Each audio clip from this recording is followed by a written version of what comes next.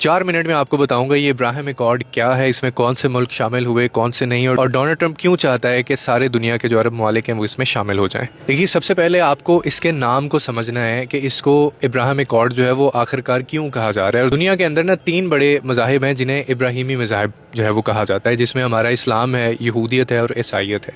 ये तीनों मज़ाहिब जो है ना, ये हज़रत इब्राहीम अलैहिस्सलाम की निस्बत से जुड़े हुए हैं या फिर जुड़े हुए इनको माना जाता है और दुनिया ही समझती है। इसीलिए इस माहदे का जो नाम है इब्राहिम एकॉर्ड जो है वो रखा गया। अब सवाल ये पैदा होता है कि ये माहदा असल है क्या। ये कहानी जो है ना, ये शुरू होती है अमेरिका से। डोनाल्ड ट्रंप का जो पहला दौरे सदारत था ये वहाँ से शुरू हुआ था। आप जानते हैं कि दुनिया के कई ममालिक आज भी इसराइल को एक आज़ाद रियासत तस्लीम नहीं करते हैं, यानी वो मानते ही नहीं है कि ये एक स्टेट है। और यही वो चीज़ थी जो अमेरिका और ख़ास तौर पर जो ट्रंप की जो एडमिनिस्ट्रेशन है उनके लिए एक बड़ा मसला था। आपको पता है अमेरिका नहीं, इसके पीछे इसराइल है, तो इसने ट्रंप को कहा कि भाई हमें तस्लीम करवा के दो। तब ट्रंप ने अपने दामाद जैरेड कुशनर के साथ मिलकर फिर एक मंसूबा बनाया। वो मंसूबा मिडल ईस्ट में ऐसे ताल्लुकात बनाने के लिए था कि जहाँ अरब ममालिक जो हैं वो ख़ास तौर पे इसराइल को बाज़ाब्ता तौर पे वो तस्लीम कर लें, क्योंकि इनके लिए इस्लाम मज़हब सबसे बड़ा ख़तरा है।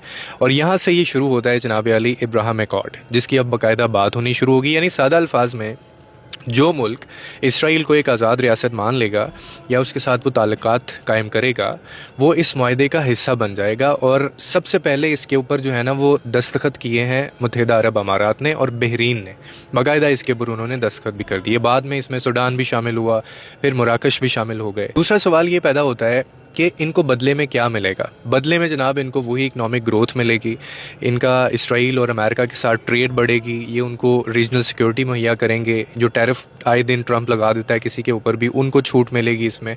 और इसके अलावा टूरिज़म, इन्वेस्टमेंट और जो भी खैर एक मुल्क के लिए एक बेहतरी होती है, ये लोग बदले में इसको वो देंगे। और एक आप ऐसे कह सकते हैं कि डिप्लोमेटिक जो रिलेशन है वो मज़ीद मजबूत होंगे, और इसीलिए ये लोग इसमें शामिल होना चाहते हैं। और ये इन्होंने इनको लालच दिया हुआ है कि हम आपके साथ ठीक रहेंगे। एक तरह से ये कहा गया है कि इसराइल को तस्लीम करो और हम तुम्हें प्रोटेक्शन देंगे, बिजनेस भी देंगे, हम तुम्हारे माई बाप हैं। लेकिन दूसरी तरफ इसराइल और अमेरिका को सबसे बड़ा जो फ़ायदा है वो ये मिला कि मिडल ईस्ट में इसराइल की जो एक्सेप्टेंस है वो अब थोड़ी सी बढ़ना शुरू हो गई इन्हीं अरबों की वजह से। आज भी दुनिया में कई ममालिक इसराइल को एक रियासत तस्लीम नहीं करते। अमेरिका के अंदर भी वेनेजुएला और क्यूबा है वो इनको नहीं मानते। मिडल ईस्ट और मुस्लिम दुनिया के कुछ ममालिक अभी भी हैं जो इस मामले के ऊपर बिल्कुल अलग मौक़िफ़ रखते हैं। पाकिस्तान ने भी रिजेक्ट कर दिया है।